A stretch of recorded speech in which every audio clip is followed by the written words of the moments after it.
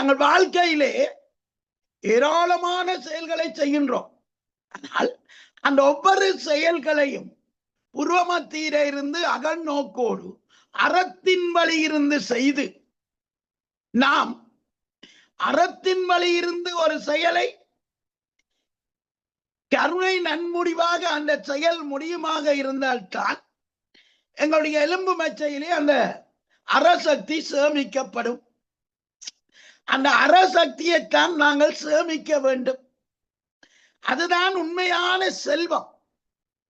நாங்கள் அந்த செல்வத்தை மறந்து பொன்னையோ பொருளையோ ஏதோ எல்லாம் சேமிக்கின்றோம். காணி வீடு எல்லாம் சேமிக்கின்றோம். சேமிக்கலாம், தவறு கிடையாது.